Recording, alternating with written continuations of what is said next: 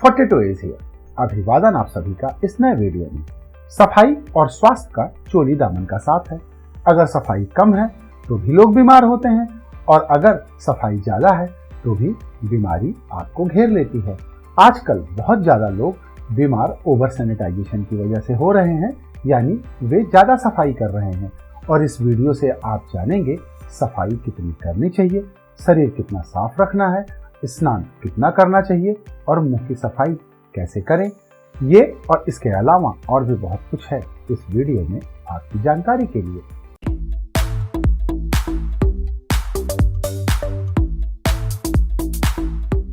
अब आइए बात करते हैं कि सफाई कितनी करनी है। सफाई तो जरूरी है, लेकिन कितनी सफाई होनी चाहिए और किस तरीके से होनी चाहिए यह जानना और भी जरूरी है। दरअसल जिसे हम गंदगी कहते हैं उसमें शामिल होती हैं मैल, बदबू और जर्म्स।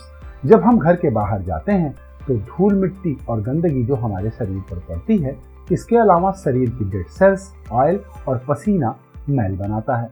मैल हमारे शरीर को प्रोटेक्ट करता है, साथ ही यह इसे कंडीशन भी करता है, क्योंकि यह हमारे शरीर का ही हिस्सा होता है जिसे शरीर अपनी सुरक्षा के लिए धीरे धीरे करके बाहर निकालता रहता है। इसलिए मैल से छुटकारा पाने की हमें जल्दी नहीं होनी चाहिए। हमारे शरीर की गंध इस बात पर निर्भर करती है कि हम क्या खाते हैं और क्या पहनते हैं। जब लोग बहुत ज्यादा पैकेट तला भुना खाना खाते हैं तो उनके शरीर की गंध बदबूदार होती है। इसके अलावा जो लोग ज्यादा चुस्त या सिंथेटिक कपड़े पहनते हैं उससे भी त्वचा और शरीर को नुकसान होता है। यह तो आप सभी जानते हैं कि हमारी त्वचा सांस लेती है, इससे शरीर का तापमान नियंत्रित तो होता ही है, साथ ही हमारी दैनिक क्रियाएं जिसमें सबसे महत्वपूर्ण है पाचन, सुचारू रूप से होता है। और अगर आप ऐसे कपड़े पहनते हैं जिसका डिजाइन और फैब्रिक वेंटिलेशन के लिए अच्छा नहीं है तो शरीर की गंध भी अच्छी नहीं होगी। इसलिए अगर आपकी शरीर की गंध अच्छी नहीं है तो आपको अपने खान पान के साथ अपने पहनावे पर ध्यान देना चाहिए और ऐसा पहनावा पहनना चाहिए जिससे त्वचा सांस ले सके। कपड़े ज्यादा शरीर से चिपके हुए नहीं होने चाहिए। त्वचा के लिए अच्छा खाना वही होता है जिसमें फाइबर ज्यादा हो। इसके अलावा आपको केमिकल वाले कॉस्मेटिक से भी परहेज करना चाहिए। अब आइए बात करते हैं कि शरीर को कितना साफ रखना चाहिए।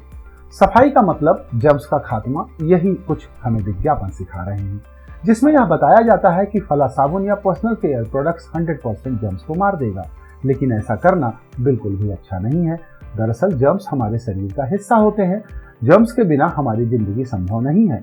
हमारे शरीर में जितनी सेल्स हैं उससे 10 गुना ज्यादा बैक्टीरियल सेल्स होती हैं। ये बैक्टीरियल सेल्स हमारे जीवन के लिए बहुत ही महत्वपूर्ण है।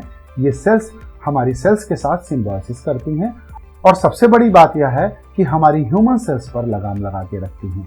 अगर बैक्टीरियल सेल्स कम हो गई तो हमारे सेल्स की संख्या अनियंत्रित हो जाएगी, यानी हमें कैंसर हो जाएगा। इसलिए जो लोग ओवर सैनिटाइजेशन या ज्यादा सफाई करते हैं उन्हें कैंसर और ऑटो इम्यून डिजीज का खतरा बढ़ जाता है, क्योंकि लोग अपनी बैक्टीरियल सेल्स को अनजाने में टीवी विज्ञापनों या अन्य चीजों से वशीभूत होकर खत्म कर रहे होते हैं। ये चीजें आपके बच्चों पर भी लागू होती हैं। अनजाने में कृपया अपने बच्चों को अनावश्यक पर्सनल केयर प्रोडक्ट्स इस्तेमाल करने से बचा कर रखें। अब आइए बात करते हैं कि स्नान कितना करना चाहिए। स्नान सफाई के सबसे प्रचलित और आसान तरीकों में शामिल है। स्नान के बारे में बचपन से हमें यह सिखाया गया है कि स्नान करना हमारे स्वास्थ्य के लिए अच्छा है। चाहते और ना चाहते हुए भी हमें नहाना तो रोज पड़ता है और धीरे धीरे यह हमारी आदत में शुमार हो जाता है। पर क्या आपको मालूम है कि सिर्फ पानी से ही नहाना काफी नहीं होता। स्नान 3 प्रकार के होते हैं। पहला जल स्नान, दूसरा सूर्य यानी धूप स्नान और तीसरा है वायु स्नान।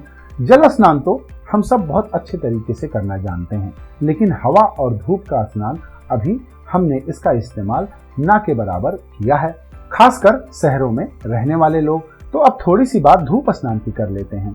धूप न सिर्फ हमें सैनिटाइज करती है बल्कि इसके कई सारे हेल्थ बेनिफिट्स भी होते हैं। जैसे धूप से हमें विटामिन डी मिलता है, हमारी हड्डियां मजबूत होती हैं और यह एक एंटी डिप्रेसेंट का भी काम करता है और हमारी बॉडी क्लॉक को दुरुस्त रखता है। इसलिए हमें धूप स्नान करना चाहिए। धूप स्नान करने के लिए आप बीच पर अगर नहीं जा सकते तो अपने घर की छत पर या बालकनी में 15 मिनट से आधे घंटे तक धूप में बैठ सकते हैं, या धूप में काम करके भी आप धूप स्नान के फायदे पा सकते हैं। आधे घंटे से 1 घंटे तक प्रत्येक दिन धूप में रहने की कोशिश कीजिए।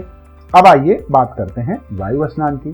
हमारे शहरों से शुद्ध हवा धीरे धीरे गायब होती जा रही है, लेकिन आप वायु स्नान आसानी से कर सकते हैं। वायु स्नान करने के लिए कमरा बंद कीजिए, पंखे के नीचे 10 मिनट के लिए खड़े हो जाइए और हो गया आपका विंड वॉक। इसके अलावा आपको यह भी जानना बहुत आवश्यक है कि आपको स्नान कितना करना चाहिए। आमतौर पर हम हफ्ते के 7 दिन पानी से नहाते हैं, लेकिन आपको कोशिश ये करनी चाहिए कि कम से कम सप्ताह में 1 दिन ना नहाएं और बचे हुए 6 दिनों में 2 दिन जल स्नान, 2 दिन वायु स्नान और 2 दिन सूर्य स्नान करें। बहुत से लोगों को सप्ताह में 2 दिन जल स्नान करना एक समस्या हो सकता है, लेकिन ऐसे लोगों के लिए यह विकल्प है कि आप वायु और धूप स्नान करने के बाद जल स्नान कर लीजिए। मतलब सप्ताह में आप चाहें तो 6 दिन पानी से नहाएं, लेकिन कम से कम 1 दिन आपको कोई भी स्नान नहीं करना चाहिए। इस बात का आपको ध्यान रखना है, क्योंकि जर्म्स हमारे लिए अच्छे होते हैं। अब थोड़ी सी बात बाजार में मिलने वाले सैनिटाइजर्स की भी कर सकते हैं। बाजार में आजकल सैनिटाइजर्स के नाम पर कई सारी चीजें जैसे शैम्पू, साबुन, हैंड वॉश हमें मिल रहे हैं और इनमें बहुत सारे केमिकल्स भी होते हैं, जिनके बारे में हमने अपने पिछले कई वीडियोस में बात की है। लेकिन अगर आप कोई प्राकृतिक सैनिटाइजर यूज कर रहे हैं तो वह भी शरीर के मैल को हटाने के लिए ही इस्तेमाल हो रहा है, जबकि मैल से पूरी तरह निजात पाना स्वास्थ्य के लिए अच्छा नहीं है।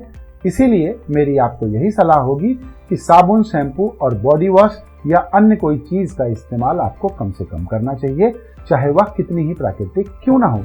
क्योंकि कोई भी सैनिटाइजर कितना भी प्राकृतिक क्यों ना हो, रोज इस्तेमाल करने के लिए नहीं बना होता। साबुन का इस्तेमाल हमें ज्यादा से ज्यादा हफ्ते में 2 बार करना चाहिए। अब थोड़ी सी बात कर लेते हैं मुंह की सफाई के बारे में।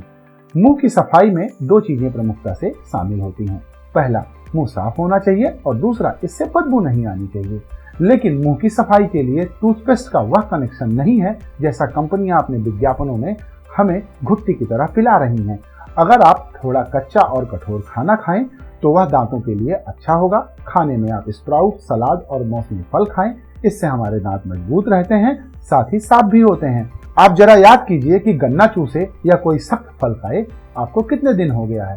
आजकल हम लोग जो भोजन कर रहे हैं वो लगभग पचा पचाया ही हम खा रहे हैं।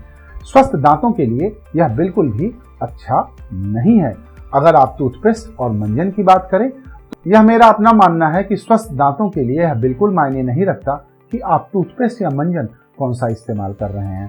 आप कोई भी प्राकृतिक टूथपेस्ट, मंजन या दातून का इस्तेमाल कर सकते हैं। साफ और स्वच्छ दांतों के लिए आपका भोजन अच्छा होना चाहिए, तभी दांत मजबूत होंगे। अब थोड़ी बात 2 बार ब्रश करने की भी कर ली जाए। डेंटिस्ट के लाख कहने के बावजूद मेरा यही मानना है कि 2 बार ब्रश करना सिर्फ जुमला है। टूथपेस्ट कंपनियां सिर्फ टूथपेस्ट की सेल को बढ़ाने के लिए हमें यह समझा रही हैं।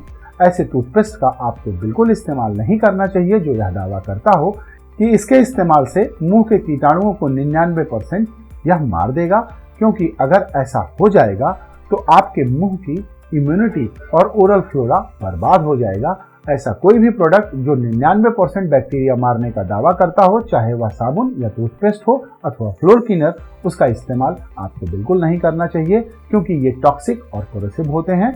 मैं तो यही कहूंगा कि असली गंदगी यह प्रोडक्ट ही है। तो आज का यह वीडियो यहीं पर होता है समाप्त और मुझे उम्मीद है कि इस वीडियो से आपको कुछ नया जानने को जरूर मिला होगा। वीडियो देखने के लिए आपका बहुत बहुत धन्यवाद।